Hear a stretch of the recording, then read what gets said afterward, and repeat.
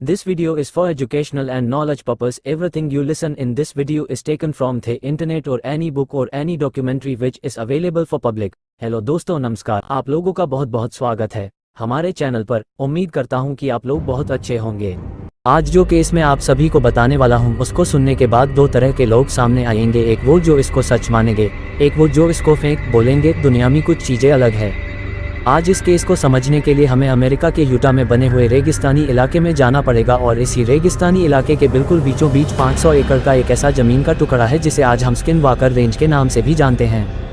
एचवल में ज़मीन का टुकड़ा आज से नहीं बल्कि तकरीबन 200-300 सालों से श्रापित है और इसे किसी और ने नहीं बल्कि वहां पर बसने वाले सबसे पहले अमेरिकन ट्राइब्स में से एक नावाहो ट्राइब ने श्रापित करके इसे छोड़ा था, क्योंकि नावाहो ट्राइब के बसने के कुछ दशकों बाद ही यूट्स नाम के लोकल लोगों ने इस जमीनी टुकड़े के ऊपर अपना कब्जा कर लिया और जो पहले से नावाहो ट्राइब के लोग यहाँ पर रह रहे थे उनको अपना गुलाम बना लिया और गुलाम बनाकर लोकल अमेरिकी लोगों को ज़मीनों को उनको बेचना शुरू कर दिया।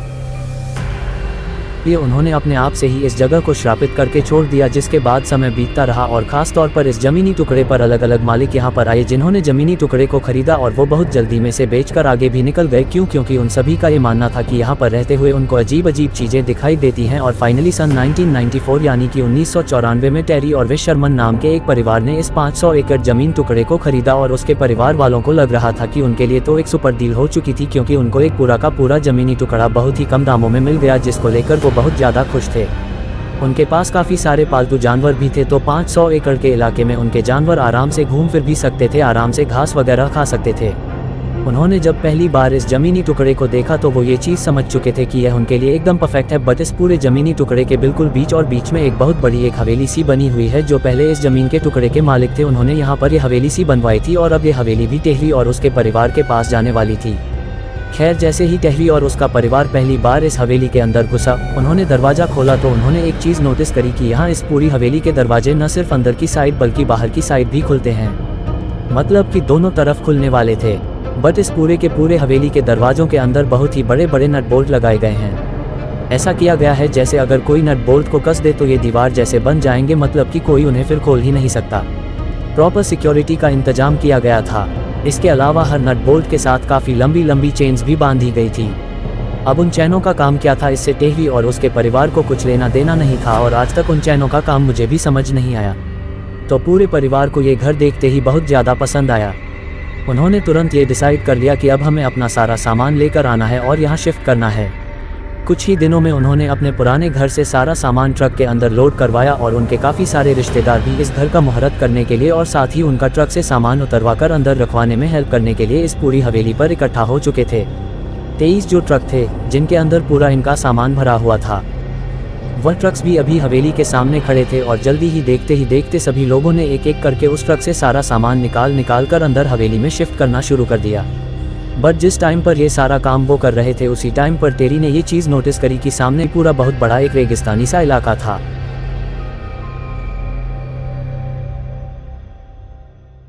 तो सामने जो ट्री लाइन थी, जो सामने पेड़ों के जो बहुत सारे पेड़ लगे हुए थे, उन पेड़ों के पास ही उसने एक बहुत ही बड़े भेड़िए को घूमते हुए देखा। तो जैसे ही टेरी ने इस भेड़िए को देखा वो उसको देखता ही रहा। उसके मुंह से कोई आवाज़ नहीं निकली। उसने किसी को बताया भी नहीं कि सामने एक भेड़िया है और वो इसको देखकर इतना ज़्यादा शॉक हो चुका था। ऐसा सिर्फ इसलिए क्योंकि जो सामने भेड़िया इधर उधर घूम रहा था उसकी आंखों के सामने उसका साइज नॉर्मल से बहुत ज़्यादा बड़ा था। तो जैसे ही बाकी लोगों ने ये नोटिस किया कि टेरी किसी चीज़ को सामने देख रहा है तो सभी लोग उसकी तरफ देखने लगे कि आखिर टेरी किसको देख रहा है। तो सभी ने सामने देखा कि एक भेड़िया है जो इधर उधर घूम रहा है पेड़ों के पास और उसका साइज नॉर्मल से बहुत ज़्यादा बड़ा है। अब ये चीज़ आम लोगों के लिए, आपके और मेरे लिए तो डराने वाली हो सकती है, बट इस परिवार के लिए डराने वाली नहीं थी। क्योंकि वो पहले से ही इस चीज़ के लिए तैयार थे कि उन्होंने जंगलों के बीच में ये घर लिया है और यहाँ पर जंगली जानवर देखना बहुत आम बात है। उनके पास कुछ हंटिंग राइफल्स वगैरह भी थी जिससे वो अपने पालतू जानवरों के साथ साथ अपनी भी रक्षा कर सकते थे। अगर ये भेड़िया उनके पास आता तो वो ऑब्वियसली वो बंदूक उठाकर उसके पर चला देते और वो भेड़िया वहीं मर जाता सारे परिवार वालों के सामने देखते देखते। वो जो सांप जैसे जिस तरीके से चलता है बिल्कुल उसी तरीके से जिग-जैग करते हुए वो बहुत बड़ा भेड़िया धीरे धीरे उनके पास आने लगा। उन्होंने अपने इस पूरे हवेली के चारों तरफ 66 फीट लंबी फेंसेस लगा रखी थी, 66 फीट लंबी कांटों की तार लगा रखी थी और जैसे ही वो भेड़िया चलते चलते उन तारों के पास आया तो सोच कर देखिए, उसकी लंबाई इतनी ज़्यादा थी कि उसका सिर इन 6 फीट वाली फेंसी से भी ऊपर की तरफ आ रहा था। जैसे ये चीज़ पूरे परिवार ने देखी वो बहुत ज़्यादा डर गए। उन्होंने अपने ट्रक के अंदर वो बंदूकें ढूंढनी शुरू करी जो उन्होंने अपनी हंटिंग राइफल साथ में ले रखी थी। जल्दी ही उन्होंने 3 बंदूकें अपने साथ निकाली। टेरी के पिता भी वहीं पर मौजूद थे। उन्होंने अपने हाथ में कोई गंद नहीं पकड़ी और जल्दी ही वो भेड़िया उन फेंसेस के ऊपर से कूदते हुए इस पूरे परिवार के पास आ चुका था।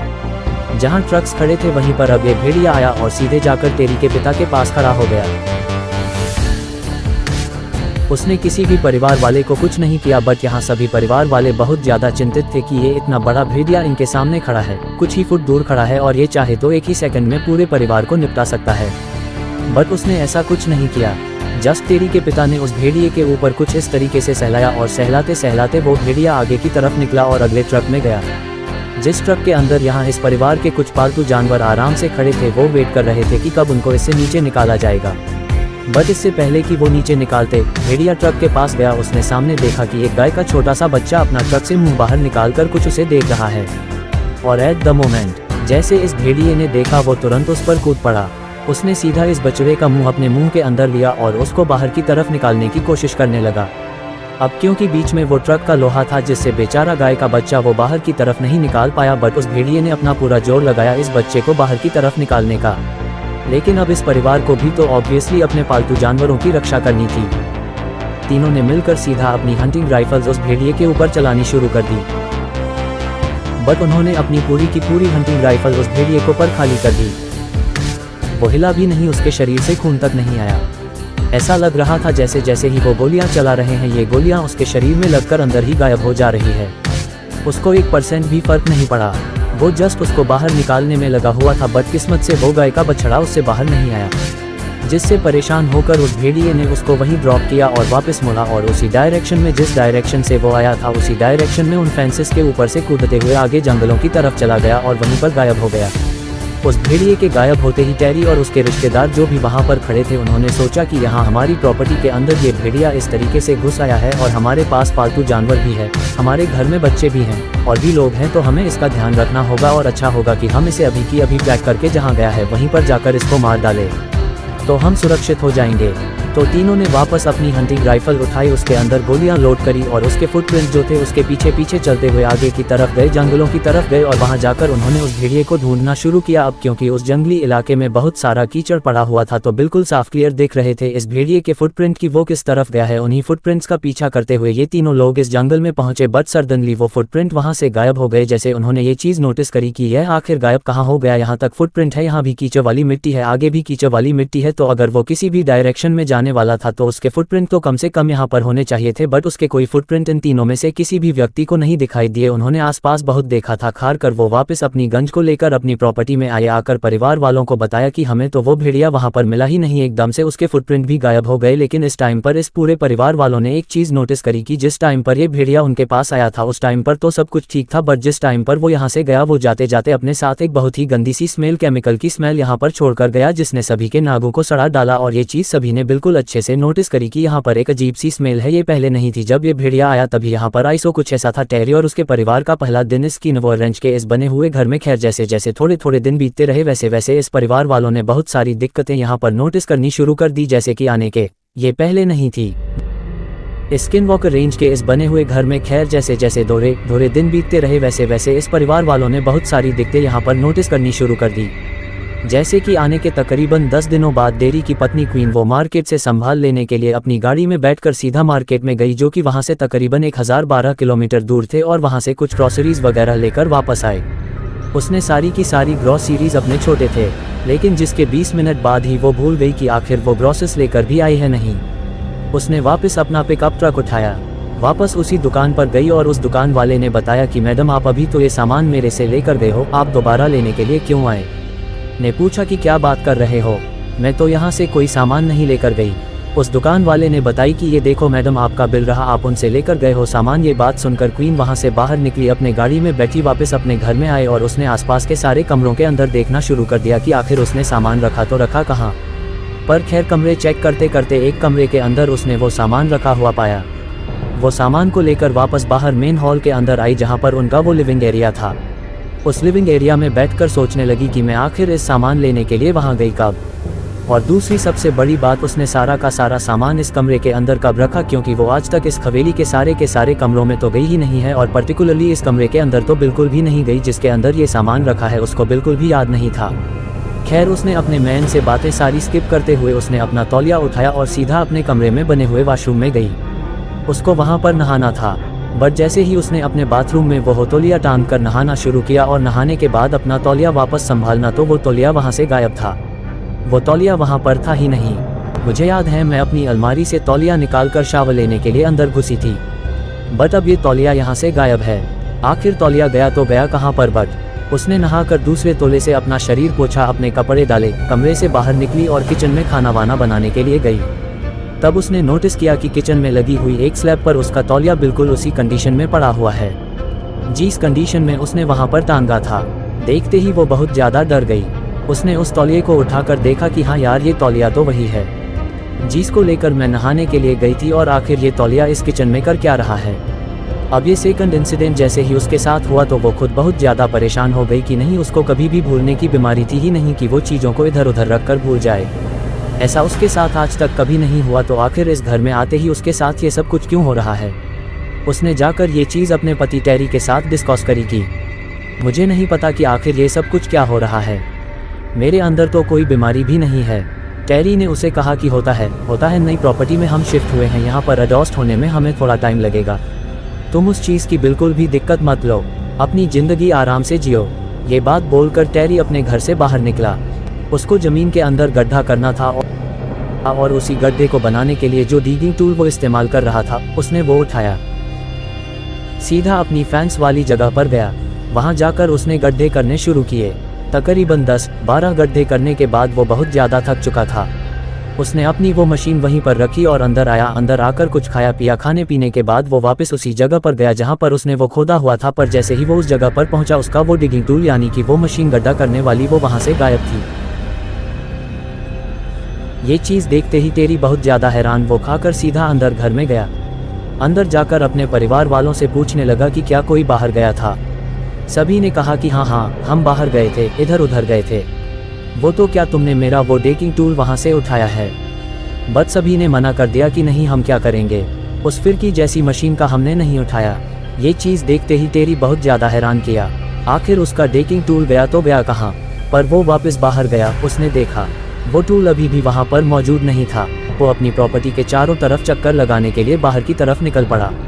तभी उसने नोटिस किया कि एक पेड़ जो सबसे बड़ा है उसके इलाके में, उसी पेड़ के ऊपर तकरीबन 65 किलो का उसका वो डिगिंग टूल उस पेड़ के ऊपर लटक रहा है, एक टहनी के ऊपर आराम से पड़ा हुआ है। ये चीज़ देखते ही टेरी भी नीचे से ऊपर की तरफ देख रहा है कि आखिर क्या इस मशीन को अपने आप पैर लग गए जो ये अपने आप चलकर इतने ऊपर पेड़ के ऊपर चढ़ गई। कोई भी उसका परिवार वाला हो तो ये काम करने से रहा। किसी के पास इतना टाइम नहीं है कि वो इतनी भारी भरकम मशीन को उठाकर ऊपर रखेगा। आखिर ये मशीन ऊपर पहुंची तो पहुंची कैसे? उसने फिर से जाकर ये चीज़ अपने परिवार वालों के साथ डिस्कस करी। ये चीज़ सुनते ही पूरा परिवार बहुत ज़्यादा डर चुका था। वो समझ नहीं पा रहे थे कि आखिर इस ज़मीन का रहस्य क्या है, आखिर इस हवेली का रहस्य क्या है, और इतने बड़े बड़े नट बोल्ट इस हवेली के हर दरवाजे में क्यों लगे हुए हैं। उनको कुछ समझ नहीं आया। खैर, सभी ने अपनी चीज़ें स्किप करते हुए सभी ने मिलकर खाना वाना खाया। अपने कमरे में जाकर सभी सो चुके थे। अगले दिन फिर से रात के तकरीबन 7:30 बजे के आसपास टेरी अपने घर से वापस बाहर निकल देख रहा था कि क्या उसकी प्रॉपर्टी एकदम सही है या नहीं। जैसे वो अपनी हवेली से कुछ दूरी पर निकला तो उसने नोटिस किया कि हवेली के पीछे वाली तरफ कुछ लाइट्स है जो अंदर की तरफ चली आ रही है। दूर से देखने पर बिल्कुल ऐसा लग रहा था जैसे कोई ट्रक वाला है जो रास्ता भटक गया है और गलती से उसने इस प्रॉपर्टी के अंदर अपना ट्रक घुसा दिया होगा। तो यहाँ दूर खड़े होकर टेरी ने देखा कि वो ट्रक धीरे धीरे पास आ रहा है और एक टाइम के बाद वो ट्रक वहीं पर रुका और वापस उसने मोड़कर अपना यू टर्न लिया और वहाँ से निकल गया। शायद उसको रास्ता मिल गया होगा। टेरी ने इस चीज़ को इग्नोर किया। बट अगले दिन शाम के टाइम पर जैसे ही टेरी वापस अपने घर से बाहर निकला, अपने घर के पीछे की तरफ गया। फिर से उसने वही लाइट्स अपने पास आते हुए देखी, लेकिन अब की बार वो श्योर था कि नहीं, ये कोई ट्रक तो नहीं हो सकता, क्योंकि एक बार अगर बंदा रास्ता भूल सकता है, क्या हर रोज़ थोड़ी ना भूलेगा। उसने सोचा कि क्यों ना वो एक बार पास जाकर देखे, बट वो लाइट्स काफ़ी ज़्यादा दूर थी तो उसने उस चीज़ को इग्नोर किया। आगे आने वाले 4-5 दिनों तक वो लाइट्स नहीं दिखी तो ये टेरी समझ चुका था कि शायद हो सकता है कोई ट्रक वाला ही होगा जो रास्ता भटक गया होगा और उसने गलती से इन कच्चे रास्तों में अपनी गाड़ी उतार दी।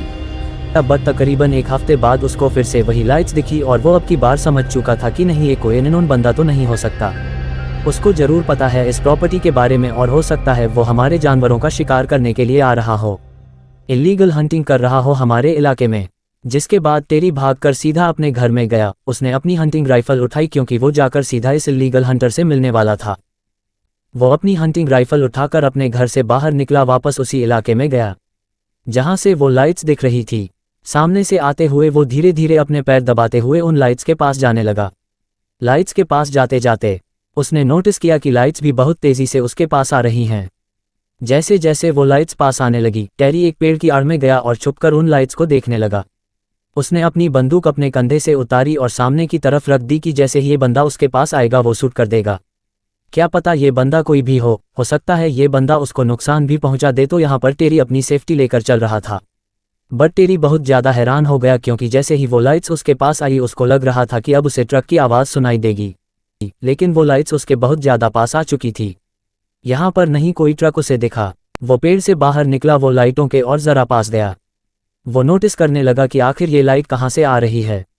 उसको आसपास कुछ भी चीज़ नहीं दिखी। वो लाइट्स के और ज़रा पास गया तो जैसे ही वो लाइट्स के तकरीबन 20 से 30 मीटर दूर था तभी उन लाइट्स ने पीछे की तरफ फटना शुरू किया और देखते ही देखते वो बहुत स्पीड में लाइट्स पीछे की तरफ फटी और सीधा आसमान में जाकर गायब हो गई। ये चीज़ देखते ही टेरी बहुत ज़्यादा हैरान की। आखिर ये लाइट्स थी तो थी क्या? ये आखिर कहाँ से आ रही थी? ऐसे ऐसे बहुत सारे इंसिडेंट्स इस परिवार के साथ होते रहे और अब तक सर्दियाँ आ चुकी थी। आपको भी पता होगा कि यूटा अमेरिका की सर्दियाँ पूरी दुनिया में बहुत ज़्यादा बदनाम है। वहाँ पर भयंकर ठंड पड़ती है, कंपा देने वाली चारों तरफ बर्फ ही बर्फ दिखती है और यही बर्फ अब इस 500 एकड़ के इलाके में यानी कि स्किनवाकर रेंज में भी पड़ चुकी थी। चारों तरफ बर्फ ही बर्फ थी। पूरे परिवार वाले अब इस बर्फ का मज़ा भी लेने वाले थे। खैर अब इस पूरे परिवार के ड्यूटी भी थी कि हर रात वो अपने पालतू जानवरों की गिनती करके सोएं कि आखिर सभी जानवर अपनी जगह पर सही सलामत मौजूद है या नहीं। तो जैसे ही सर्दियों की एक रात देहरी अपने जानवरों की गिनती करने के लिए पहुंचा तो उसने नोटिस किया कि उनके सभी पालतू जानवरों में से एक गाय अचानक से गायब हो चुकी है। तो उस गाय के बारे में उसने अपने रजिस्टर में लिखा कि ये गाय यहाँ से गायब है। हो सकता है किसी परिवार वाले ने कहीं पर से चरने के लिए छोड़ दिया हो या फिर उसको कहीं बेचा तो ना हो। तो वो उस चीज़ को लिखकर सीधा अपने घर वालों के पास आए हो और पूछने लगा कि क्या तुमने किसी गाय का सौदा किया है या फिर कहीं उसको चरने के लिए छोड़ा है। परिवार वालों ने मना कर दिया कि नहीं, हमने तो किसी गाय को हाथ नहीं लगाया और सौदा करेंगे तो तुम्हें बताकर ही करेंगे।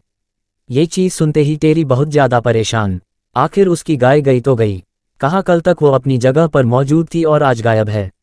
ऐसा कैसे हो सकता है? उसने अपने परिवार से डिस्कस किया कि अगली सुबह वो अपनी गाय को ढूंढने के लिए चलेंगे। अपने पूरे इलाके में छानेंगे कि आखिर उसकी गाय कहाँ चली गई। अगले दिन पूरे परिवार वालों ने मिलकर आसपास के इलाके में पूरा देखा बट उनको उनकी गाय दिखाई नहीं दी और आने वाले हफ्ते के अंदर तकरीबन 4 और गाय उनकी उस जगह से गायब हो चुकी थी। बट अब की बार जो चौथी गाय गायब हुई थी उसके फुटप्रिंट थे, वो चलकर गई थी कहीं ना कहीं, जिसकी वजह से पूरे परिवार वाले समझ चुके थे कि इनकी गाय कहीं है जो जा रही हैं।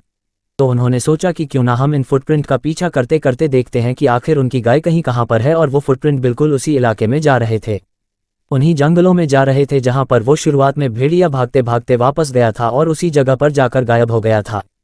बिल्कुल सेम चीज़ यहाँ गायों के साथ भी हुई। वो चारों गाय इसी इलाके में गई, कहीं ना कहीं उनके फुटप्रिंट अलग अलग गायों के आगे मौजूद थे।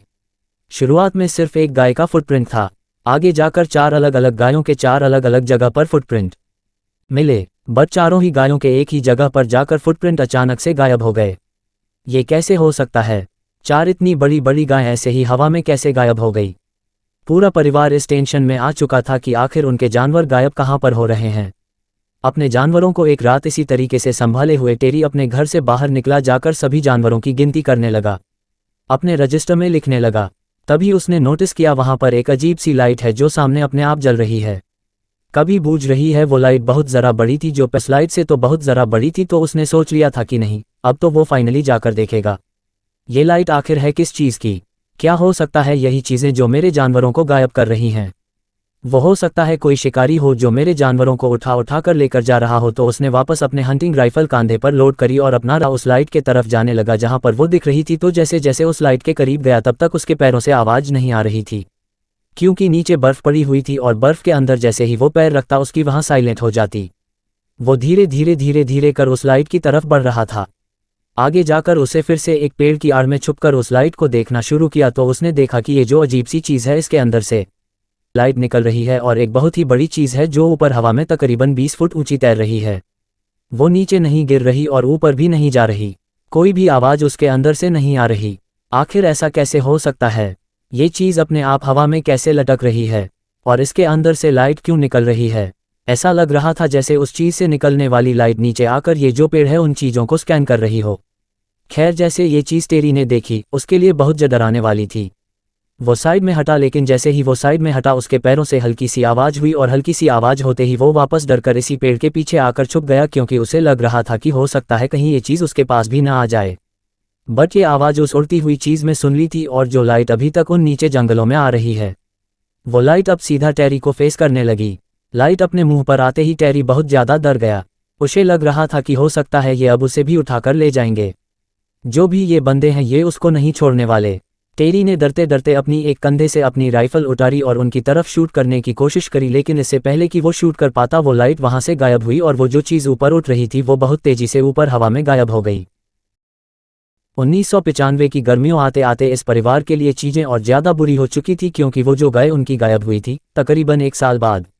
जी हाँ, जो 1 साल बीता 1994 से लेकर 1995 का 1995 की गर्मियों में जो 5 गाय उनकी गायब हुई थी, 1 साल पहले वो अचानक से ही उनकी प्रॉपर्टी में वापस आ चुकी थी। जैसी ये चीज़ इस परिवार ने नोटिस करी वो तो उन गायों को भूल भी चुके थे। उनको ये चीज़ याद ही नहीं थी कि उनकी गाय कभी गायब हुई थी। बट अपनी गायों को वापस देखकर वो बहुत ज़्यादा खुश थे। बट एक चीज़ से वो बहुत ज़्यादा परेशान थे। क्योंकि जो भी गाय उनकी गायब हुई थी उन गायों के ऊपर पेट पर बहुत ही एक शार्प कट लगा हुआ था। बहुत लंबा एक कट था और ऐसा लग रहा था जैसे इस कट को बहुत ही सटीकता से लगाया गया हो, एकदम स्ट्रेट। इस चीज़ को देखकर ये परिवार एक बात के लिए तो श्योर हो चुका था कि नहीं, ये कट जिसने भी लगाया है ये जानवर तो नहीं हो सकता। ये जिसने भी लगाया है वो बहुत ज़्यादा हुनर है इस तरीके के कट्स को लगाने में। इसके अलावा 2 गायों के शरीर पर अजीब से निशान भी बनाए गए थे। ये निशान किस चीज़ से बनाए गए थे आज तक समझ नहीं आया। बट जैसी ये गाय इनके प्रॉपर्टी में वापस आई इसके बाद तो चीज़ें और ज़्यादा बिगड़नी शुरू हो गई इस परिवार के लिए। जी हाँ, 1995 की गर्मियों में एक रात टेरी उसका परिवार आराम से अपने घर के अंदर सो रहा था। तब उन्होंने नोटिस किया कि कोई है जो उनके हवेले के चारों तरफ घूम रहा है। टेरी तुरंत उठकर अपने कमरे से बाहर आया। अलग अलग परिवार वालों के कमरों में जाकर उन सबको जगाया कि आखिर क्या तुमने भी वो आवाज़ें सुनी है जो मैंने सुनी है? कोई है जो हमारी प्रॉपर्टी के चारों तरफ घूम रहा है। सारे परिवार वाले उठे। सभी ने आसपास देखना शुरू किया जाकर सभी खिड़कियों के ऊपर की। आखिर उनको कोई बाहर दिखाई देता है या नहीं देता, क्योंकि इतनी रात को कोई भी हवेली से बाहर जाने का रिस्क नहीं लेना चाहता था, तो सभी खिड़कियों से ही देख रहे थे कि बाहर उन्हें क्या दिखाई देता है। तो टेरी भी ऐसी ही एक कमरे की खिड़की में बाहर जाकर उसने अपना हाथ अपने मुंह पर लगाया और बाहर की तरफ देखने लगा। खिड़की में बीच में शीशा था। तभी उसके सामने एक अजीब सी फिगर तेजी से सामने आए और उस फिगर ने उस टाइम पर टेरी को इतना ज़रा डरा दिया कि वो कूदकर पीछे की तरफ जाकर गिर पड़ा। उस टाइम पर टेरी ने ये चीज़ नोटिस की, जो भी फिगर उसके सामने आई थी इस तरीके से वो फिगर कोई इंसान की तो थी ही नहीं। क्योंकि उसके ऊपर सिर था ही नहीं। जो सिर की शेप में चीज़ थी उसमें आग थी, ना ही उसमें नाक था। वो कुछ अजीब सा ही था। टेरी बहुत ज़रा डर चुका था। बट इसके बाद से ही उन्होंने रातों के टाइम पर इस तरीके से बाहर अजीब अजीब चीज़ों के घूमने की आवाज़ें आने लगी। वो चीज़ें आपस में बात कर रही थी। उनकी आवाज़ें अंदर बैठे और उसके परिवार को सुनाई दे रहे हैं, लेकिन उनको समझ ही नहीं आ रहा कि बाहर मौजूद ये जो भी चीज़ें आपस में बात क्या कर रहे हैं। उसके बाद से उसके परिवार ने दरवाजे में नट बोल्ट्स लगे हुए थे, उन लॉक्स का इस्तेमाल करना शुरू कर दिया। हर रात का परिवार उन नट बोल्ट्स को रात को कसकर सोता और तभी उनको आराम से नींद आती। इसके बाद से ही के परिवार को समझ आया कि जो भी पहले इस हवेली के मालिक थे, क्यों उन्होंने हर दरवाजे के अंदर नट बोल्ट वाले लॉक लगवा रखे थे। इतने मोटे मोटे जो भी चीज़ें अब उनके सामने आ रही थी, ये चीज़ें पहले जितने भी परिवार इस हवेली में रहे हैं उनके सामने भी आई होगी। वो भी बहुत ज़्यादा डरे होंगे इन चीज़ों से और अपने आप को बचाने के लिए ही उन्होंने इतनी मजबूती से इस हवेली को बनवाया होगा। इन चीज़ों से परेशान होकर टेहरी सोच में आ गया कि आखिर उसे अब आगे क्या करना चाहिए। उसे अपनी भी सुरक्षा करनी थी, उसे अपने परिवार वालों को भी संभालना। इसी चिंता को लेकर उसने अपनी हंटिंग राइफल अपने कांधे पर लोड करी और अपनी हवेली के बाहर जाकर बैठ गया। वापस उसी सामने जंगल को देख रहा था, जो जंगल उसको सबसे ज़्यादा आज तक डराता आया था। तभी उसने उस जंगल के बराबर में ही हवा में ही ऊपर एक अजीब सा ऑरेंज कलर का गोला बनते हुए देखा। बिल्कुल ऐसा लग रहा था जैसे किसी ने हवा में ही गोलाकार शेप में आग लगा दी हो, और देखते ही देखते टेहरी की आंखों के सामने वो गोला बीच में अचानक से छेद हुआ। अब वो जो रिंग ऑफ फायर बन चुकी थी, मैं ऐसा लग रहा था जैसे किसी ने छल्ले के आकार में आग लगा दी हो, और जैसे ही वो गोला एक छल्ला बना तभी उसने देखा कि इस गोले के बीच में अजीब सी नीले कलर की चीज़ है और उन नीले कलर की चीज़ के अंदर से बहुत बहुत सारी चीज़ें हैं जो बाहर निकल रही है। इस तरीके से क्रॉल करके टेहरी ने इसी पॉइंट पर आकर लिटरली उसको पोर्टल ऑफ हेल का नाम दिया। जी हाँ, उसने देखा सामने से कि बहुत सारी एंटिटीज़ है जो 4 पैरों के ऊपर निकलते हुए अजीब सा फेस, उनका वो 4 पैरों से निकलते हुए रेंगते हुए इस पोर्टल से बाहर निकल रही है। और जब सारी ये चीज़ें बाहर निकल गई तभी एक बहुत बड़ी उड़ती हुई चीज़ भी उस बॉटल से बाहर निकली, और जैसे ही वो चीज़ बाहर निकली वो आग का गोला वहाँ से गायब हो गया। ये चीज़ देखते ही टेरी बहुत ज़्यादा डर गया कि आखिर सामने उसके क्या हो रहा है। उसने अपने हंटिंग राइफल हाथ में तो पकड़ी हुई थी, लेकिन उसको समझ नहीं आ रहा था कि आखिर वो चलाए तो चलाए किसके ऊपर। पर जैसे ही ये ऑरेंज कलर का गोला गायब हुआ उसके तुरंत बाद ही कुछ ही मिनट बाद एक नीले रंग का गोला सामने बिल्कुल उसी जगह पर पनपने लगा। ऐसा लग रहा था जैसे किसी ने रात के टाइम पर आसमान में नीले रंग की आग लगा दी हो। और टेरी और उसके परिवार वालों ने बताया कि ये जो नीले रंग का गोला था यही आज तक की उनके सबसे खतरनाक चीज़ थी जो उन्होंने इस पूरी हवेली में रहते हुए एक्सपीरियंस करी। जी हाँ, जैसे वो नीले रंग का पहले गोला बना, बाद में वो एक छल्ला बन चुका था और उस छल्ले के अंदर से बहुत सारी एंटिटीज़ 2 पैरों पर निकलते हुए बाहर की तरफ आए, और ये वही थी जो कुछ टाइम पहले टेरी ने रात को अपनी खिड़की के बाहर देखी थी। टेरी अब समझ चुका था जो चीज़ उसने देखी है वो यहीं से यहाँ आ रही है और यहीं पर वापस जाकर गायब हो जाएगी। बेचारे इस पूरे परिवार को अब इन चीज़ों की लिटरली आदत पड़ चुकी थी कि सामने से कोई भी आता है, उनके दरवाज़ों को खटखटाता है, उनसे बात करने की कोशिश करता है। बट टेरी और उसका परिवार यहाँ पर कुछ भी नहीं कर पा रहा था।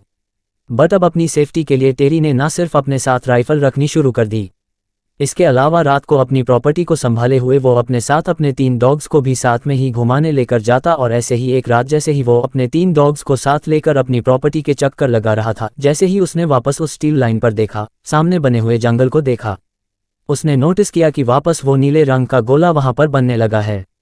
वो पहले ही समझ चुका था कि ये अब गोला बनेगा, फिर ये छल्ला बनेगा, इसके अंदर से बहुत सारी चीज़ें बाहर निकलेंगे और ये छल्ला गायब हो जाएगा।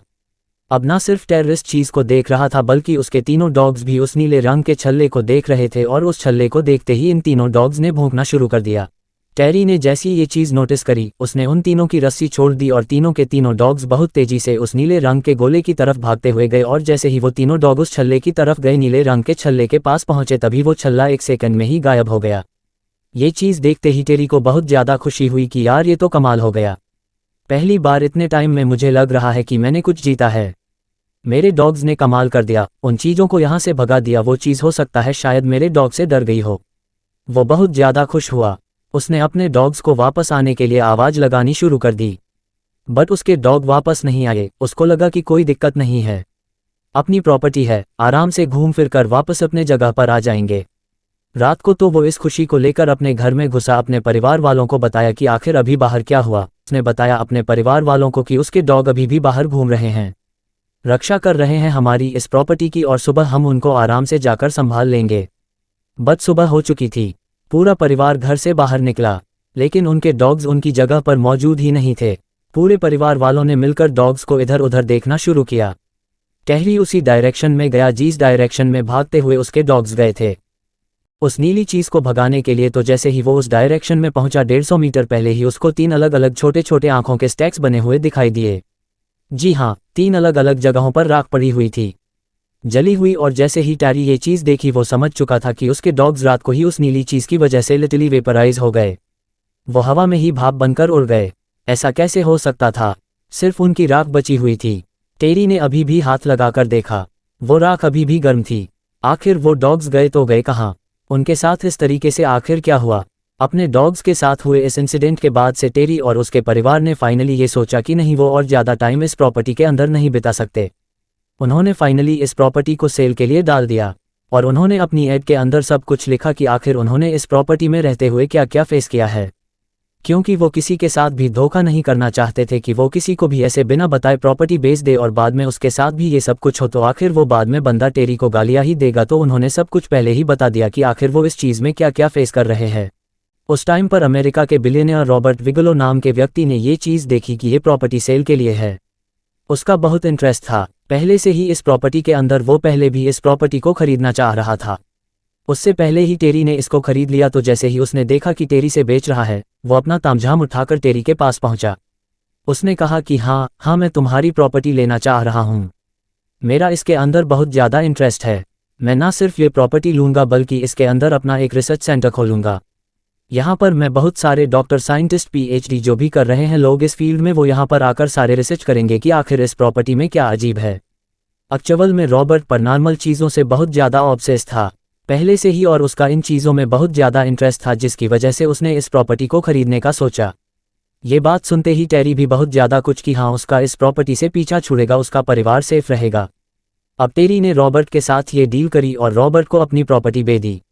बट टेरी ने जब रॉबर्ट से पूछा कि तुम इसका क्या करोगे, और रॉबर्ट ने बताया था कि उसको वो यहाँ पर रिसर्च सेंटर खोलेगा और देखेगा कि आखिर इस प्रॉपर्टी में क्या अजीब है। ये चीज़ सुनते ही टेरी के अंदर भी एक इच्छा सी हुई कि वो भी जाने आखिर इस प्रॉपर्टी में क्या अजीब है।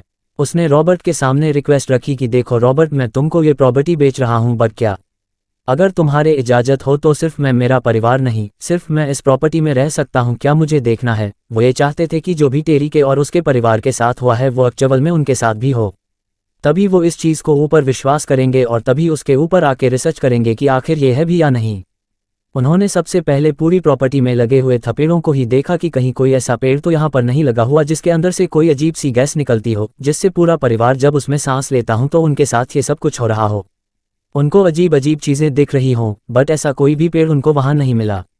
इसके अलावा पूरी प्रॉपर्टी में जितनी भी पाइपलाइन बिछी हुई थी, उन पाइप्स के अंदर अंदर बहने वाले पानी को भी टेस्ट किया गया कि क्या पता कुछ पानी के अंदर ही मिला हुआ हो, जिससे परिवार ये सब कुछ नोटिस कर रहा हो। बट पानी भी एकदम ओके मिला। इसके अलावा पूरे परिवार का साइकोलॉजिकल टेस्ट लिया गया। उस साइकोलॉजिकल टेस्ट में भी पूरा परिवार पास हुआ। ये कोई मेंटल नहीं थे। जो भी हो रहा था इनके सामने सच में हो रहा था। तो पहले साल में तो उनको कुछ भी खास इस पूरी प्रॉपर्टी में नहीं मिला। जस्ट उनको कुछ लाइट्स वगैरह तो भले ही उस ट्री लाइन के ऊपर दिख जाती थी, उसके अलावा कुछ भी खास इस टीम को नहीं मिला। बट एक साल बाद ऐसी एक दिन टेरी इस पूरी प्रॉपर्टी में मौजूद जो भी जानवर इस रिसर्च टीम ने रखे हुए थे, क्योंकि बहुत सारी चीज़ें तो यहाँ जानवरों के साथ ही हो रही थी, तो ऐसे ही बहुत सारे पालतू जानवरों को ये टेरी अलग अलग टैग्स लगा रहा था। आपने देखा होगा कि आज भी हमारे भारत में भी काफ़ी सारे गायों के ऊपर, भैंसों के ऊपर कानों में उनका वो एक येलो कलर का टैग सा डाला जाता है, जिससे उनकी पहचान हो जाती है कि आखिर ये गाय कौन सी है और कौन सी ब्रीड है, इसके और कब इसका जन्म हुआ था। उसकी पूरी इन्फॉर्मेशन इस टैग के अंदर होती है। तो जैसे ये टेरी अलग अलग टैग अलग अलग सभी जानवरों के ऊपर लगा रहा था, टैग लगाते हुए तकरीबन 40 मिनटों बाद उसका ही पालतू डॉग एकदम से बहुत ज़ोर से भौंकने लग गया। एक गाय को देखकर उसने बहुत तेजी से भौंकना शुरू कर दिया। जैसे ही टेरी उस गाय की तरफ गया, वो तुरंत अपने सारे टैग वहीं फेंककर तुरंत भागकर उस गाय के पास गया। देखने लगा कि आखिर इस गाय में क्या अजीब है। तो उसने नोटिस किया कि जिस कान के ऊपर, जिस गाय के कान के ऊपर उसने वो टैग लगाया था, इस गाय का वही कान कटा हुआ है, उसके अंदर से खून निकल रहा है। इसके अलावा उसके पेट के ऊपर एक बहुत बड़ा सर्जिकल कट लगा हुआ है, एकदम सटीक, एकदम सीधा। जैसी ये चीज़ उसने देखी, वो तुरंत भागकर रिसर्चर्स की टीम के पास गया। उन्होंने बताया कि जाकर देखो, उस गाय के ऊपर अभी अभी किसी ने ऑपरेशन परफॉर्म किया है। इस हालत में देखते ही सारे साइंटिस्ट ये समझ चुके थे कि कोई भी नौसीखिया व्यक्ति तो इस तरीके का सटीक कट नहीं लगा सकता। दूसरी बात, इस तरीके का कट लगाने के लिए ऑपरेशन टेबल वगैरह वहां पर होनी चाहिए, और इस गाय को उठाकर लेकर जाना इतना टाइम कोई 40 मिनटों के अंदर कर ही नहीं सकता। लेकिन ये चीज़ यहाँ पर हुई थी, तो आखिर ये गाय के ऊपर कट यहाँ किसने लगाया? और बिल्कुल यही चीज़ तो ये सारे रिसर्चर्स चाह रहे थे कि यहाँ पर ऐसा कुछ हो और वो यहाँ बैठकर इसके ऊपर रिसर्च करे कि आखिर इसके साथ क्या हुआ है। बट उससे पहले इन सभी को ये भी देखना था कि आखिर ये सब किया किसने है, बट ये करने वाला आखिर है कौन। सारे रिसर्चर्स की टीम इस पूरी प्रॉपर्टी में अलग अलग जगहों पर फैल गई। तो जैसे ही टेरी और वो 3-4 साइंटिस्ट मिलकर उस ट्री लाइन वाली जगह पर गए, उस जंगली इलाके में गए, तभी टेरी ने सामने की तरफ एक बहुत ही बड़े भेड़िए को देखा जो कि अपने 2 पैरों के ऊपर चल रहा था। वही भेड़िया जो इस टेरी को सबसे पहले दिन इस प्रॉपर्टी में जब वो शिफ्ट हो रहे थे, एक्चुअल में वही भेड़िया अब फिर से टेरी को दिख रहा था। उसने तुरंत अपने रिसर्चर्स की टीम को बताया कि तुरंत वहां देखो वो भेड़िया क्या तुमको भी दिख रहा है। सभी रिसर्चर्स की टीम ने कहा कि हाँ, हमें भी दिख रहा है और ये कोई नेचुरल नहीं है, ये बिल्कुल भी इस धरती का है ही नहीं, ये कुछ और ही है। जिसके बाद टेरी ने उसी भेड़िए के ऊपर फिर से अपनी राइफल चलानी शुरू कर दी और वो राइफल की आवाज़ सुनकर वो भेड़िया जंगलों में ही कहीं गायब हो गया। रिसर्चर्स की टीम ने उसका पीछा भी करना शुरू किया, बट पीछे सिर्फ उसकी एक बहुत ही गंदी स्मेल सी बची हुई थी। वो भेड़िया वहां से गायब हो चुका था। उनको वो भेड़िया बाद में फिर कभी नहीं दिखा। खैर, वहां से निकलकर वो वापस अपने हेडक्वार्टर्स में आ चुके थे। कुछ दिनों बाद ऐसे ही और उसके 734 साइंटिस्ट मिलकर गाड़ी के अंदर बैठकर सभी जानवरों की गिनती कर रहे थे। एक्चुअल में इस टाइम पर वो अपने इस प्रॉपर्टी में 4 नए बुल्स, बहुत ही हैवी बुल्स इसी जगह पर लाकर उन्होंने खड़े किए थे और टेरी इन बुल्स की भी काउंटिंग अपने रजिस्टर में करते। आखिर में उन बुल्स की लोकेशन क्या है? पूरे दिन में तो जस्ट डेली रूटीन के मुताबिक दोपहर के टाइम पर वो रिसर्चर्स और टेरी उस गाड़ी में बैठकर उन बुल्स की भी काउंटिंग करते हुए आगे की तरफ नहीं निकले और जानवरों के पास तो जैसे वो काउंटिंग करते हुए वापस आए तब उन्होंने नोटिस किया कि ये अपने बुल्स को चारों को यहीं छोड़कर गए थे। इतने महंगे बुल्स वो एकदम से कहाँ गायब हो गए? कहाँ चले गए वो? आखिर ये चीज़ देखते ही टेरी भी गाड़ी से बाहर निकला। तीनों साइंटिस्ट भी गाड़ी से बाहर निकले, इधर उधर देखने लगे कि आखिर वो बुल्स गए तो गए कहाँ। अपनी इस चीज़ की शिकायत करने के लिए वो हेडक्वार्टर्स जा ही रहे थे, मैनेजर को रिपोर्ट करने की यहाँ से बुल्स गायब हो गए हैं। तभी उन्होंने नोटिस किया कि उनके बिल्डिंग के बाहर एक ट्रेलर काफ़ी टाइम से यहीं पर खड़ा है। टेरी ने इसको कई सालों पहले यहाँ पर लाकर खड़ा किया था। उस ट्रेलर से बहुत अजीब आवाज़ें आ रही हैं, तो जैसे ही टेरी और उन रिसर्चर्स की टीम ने उस ट्रेलर के ऊपर चढ़कर देखा तो वो चारों बुल्स उस छोटे से ट्रेलर में आराम से लेटे हुए थे। बट वो कोई खुली जगह नहीं थी, वो बहुत ज़्यादा तंग जगह थी। ट्रेलर आप सोच ही सकते, छोटा सा ट्रेलर था और 4 बड़े बुल्स, 4 बड़े जानवर इतने छोटे से ट्रेलर में कैसे समा गए, अभी तक किसी को समझ नहीं आया। और दूसरी बड़ी बात ये एक्चुअल में इतनी दूर से चलकर अपने आप इस ट्रेलर में कैसे आ गए। और तीसरी बड़ी बात आखिर ये किया किसने? एक बुल को भी चढ़ाना इस ट्रेलर के अंदर हलवा नहीं है। चारों को इतनी शांति से चढ़ा दिया कि किसी ने आवाज़ तक नहीं सुनी। ऐसा कैसे हो सकता है? इसके अलावा भी बहुत सारे ऐसे पैरानॉर्मल एक्सपीरियंसेस थे जो इस प्रॉपर्टी के अंदर हुए। अगर मैं उनको बताने लग जाऊं तो ये वीडियो बहुत लंबी बनेगी, तकरीबन 2-2.5 घंटों की। आप इसके ऊपर बनी हुई काफ़ी सारी मूवीज़ भी देख सकते। एक इंसिडेंट उनमें से मुझे याद आ रहा है, 1997 के एंड में हुआ था, जब 2 ऐसे ही रिसर्चर्स, इस पूरे हेडक्वार्टर की टीम का एक नियम था कि रात को कोई भी हेडक्वार्टर के अंदर नहीं रुकेगा, क्योंकि सारे के सारे इंसिडेंट रात को ही होने वाले थे। तो सारे के सारे रिसर्चर्स पूरे इलाके में फैल जाया करते थे। और ऐसे ही 2 रिसर्चर जब अपनी ड्यूटी पर थे, अपनी पोस्ट पर बैठे हुए थे, आराम से वेट कर रहे थे कुछ होने का, तभी उनके सामने वही ऑरेंज कलर का आग का गोला बना और वो गोला जल्दी छल्ले में तब्दील हो गया और उसके अंदर से काफ़ी सारी चीज़ें रेंगते हुए 4 पैरों पर बाहर की तरफ निकली। और उनमें से एक एंटिटी तो उन दोनों रिसर्चर के सामने तकरीबन 30 फुट आगे से बहुत तेज़ी से भागते हुए गई। अगर उस टाइम पर ये दोनों रिसर्चर्स छोटी सी भी आवाज़ निकाल देते तो उस एंटिटी का ध्यान उनकी तरफ चला जाता और हो सकता है वो दोनों रिसर्चर्स आज हमारे बीच में ना होते। ऐसे बहुत सारे फुटेजेस हैं जो इस प्रॉपर्टी में रहते हुए रिसर्चर्स द्वारा कैमरा के अंदर शूट किए गए। ऐसे बहुत सारी फोटोज हैं प्रॉपर्टी के अंदर रहते हुए क्लिक की गई, बट फिर भी कुछ कंक्लू आज तक नहीं निकला। हो सकता है बहुत सारी ऐसी बातें हैं जो पब्लिक से आज भी छुपाई गई है। एक और सबसे बड़ी बात यह है कि इस प्रॉपर्टी में रहते हुए कंपास भी काम नहीं करता। जी हाँ, वही कंपास जिसे हम नॉर्थ डायरेक्शन का पता लगाते हैं। 2004 तक वो रिसर्चर्स की टीम इस प्रॉपर्टी पर रही, तकरीबन 10 साल। उन्होंने इस पूरे इलाके पर अपनी छानबीन करी, अपनी खोजबीन करी। बहुत सारे ऐसे डॉक्यूमेंट्स, उन्होंने खुफिया डॉक्यूमेंट्स इस प्रॉपर्टी से रिलेटेड बनाए जो आज भी पब्लिक नहीं किए गए हैं। जो भी पब्लिक किया गया है वो मैंने आपको बताया, उसमें से मोटा मोटा तो बता ही दिया। अब आपको अंदाजा लग गया होगा कि एक्चुअल में इस प्रॉपर्टी के अंदर क्या हो रहा है। मुझे आपके राय जानने हैं कमेंट्स में या फिर मेरी इंस्टाग्राम के ऊपर, ये मेरी इंस्टाग्राम आईडी है। आपको मुझे बताना है कि एक्चुअल में प्रॉपर्टी क्या है, क्या अजीब है इस प्रॉपर्टी के अंदर। यही एकमात्र प्रॉपर्टी ऐसी है पूरी दुनिया में जहां जाकर आप एक्स्ट्रा टेरिटोरियल एक्टिविटीज़ देख सकते हैं, बहुत ही अजीब पैरानॉर्मल एक्टिविटीज़ देख सकते हैं, वो भी अपनी आंखों के सामने।